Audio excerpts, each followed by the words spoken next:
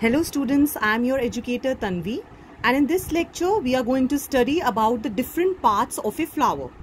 So the different parts are given over here. Main four parts are there: calyx, corolla, gynoecium and androecium. So now let us learn about these different parts of the flower and different terms which are included in these parts of the flower.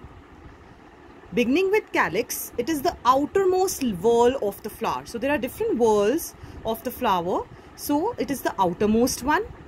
The different members means the single part is called as sepals, and these are, you might have seen the green leafy areas in a flower.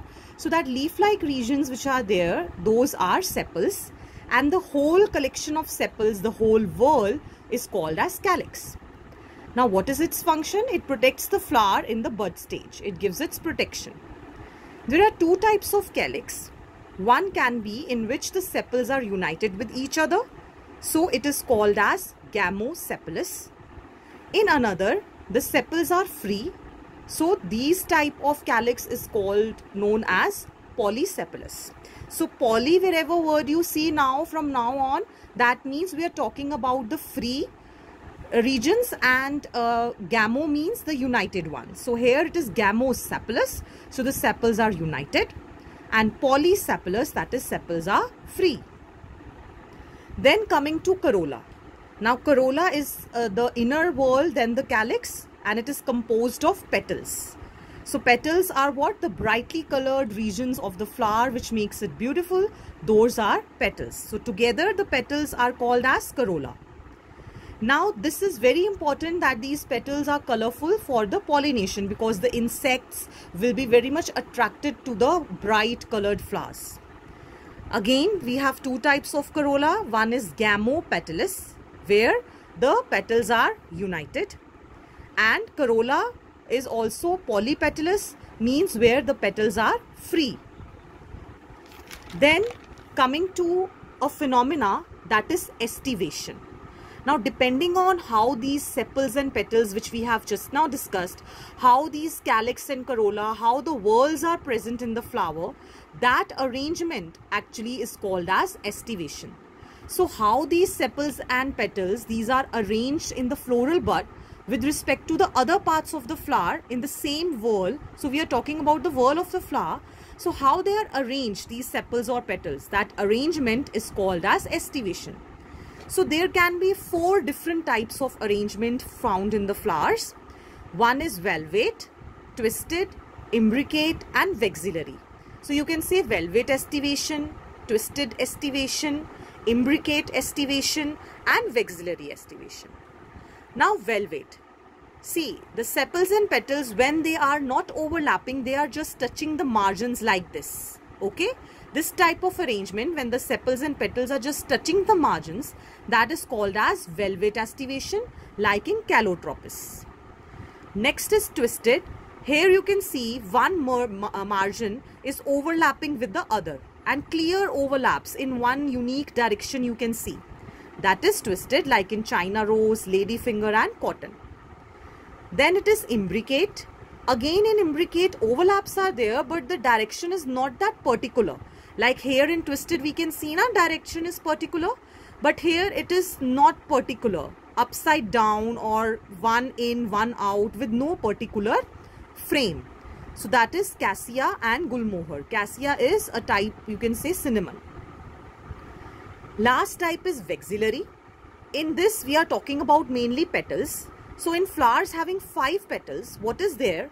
There is one outermost petal, the largest one, and the innermost smallest one. So you can say the smallest ones as anterior petals, smallest petals, also called as keel.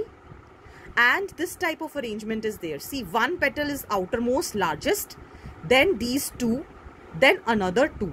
So 1, 2, 3, 4 and 5. So here we are talking about 5 petals. The outermost is the largest petal and the innermost is the smallest petal. So the innermost is known as anterior side, inner side. So that petal is called as keel. And this type of estivation is found mainly in Papilionaceous family or Papilionaceae. So that is why this estivation can also be called as Papilionaceous type of estivation, like in pea and beans. Next, coming to next part, which is androecium. This is the male part, male reproductive organ of the flower, which is composed of stamen. So now what this stamen looks like, it has bilobed anther which contains pollen grains and a filament. Now the stamen can be sterile, means non-fertile, that is called as staminode. Again, the stamens can be attached, they can be free, they can be attached. So when these stamens are attached with petals, then these are called as epipetalous, like in brinjal. If the stamen is attached with perianth, like in lily there is perianth, that is called as epiphyllous. Now when stamens these are united, it can be called as polyandrous. Now these union can be in different ways. It can be in one bunch called as monoadelphous, like in China rose. It can be in two bundles like diadelphous in pea, and these stamens can be united in more than two bundles. Then it is called as polyadelphous, like in citrus fruits. Now one example there, you should remember that the variation in length of stamens inside a single flower. So means when we are talking about salvia or mustard, what is there? There are stamens with different lengths in a single flower. So this example you should remember. Last part, let us come to gynoecium. It is the female reproductive organ of the flower. So the main part is carpels, which constitute of stigma, style and ovary. Stigma is this portion where the pollen grains will attach. This filament-like structure is style, and inside the ovary, the female gametes ovules will be produced. Now these ovules, these are attached to certain tissues in the ovary, that is called as placenta. Again, talking about carpels, if more than one carpel is there, which is also called as pistil. So if more than one carpel is there, the situation can be whether it can be free or whether it can be united with each other. So when it is free, the carpels are freely present, then it is called as apocarpus, like in lotus and rose. And when these are fused with each other, it is called as syncarpus, like mustard and tomato. So after fertilization, these ovules, children, these will form seeds, and the ovary is going to form the fruit. So a true fruit is which arises from the ovary.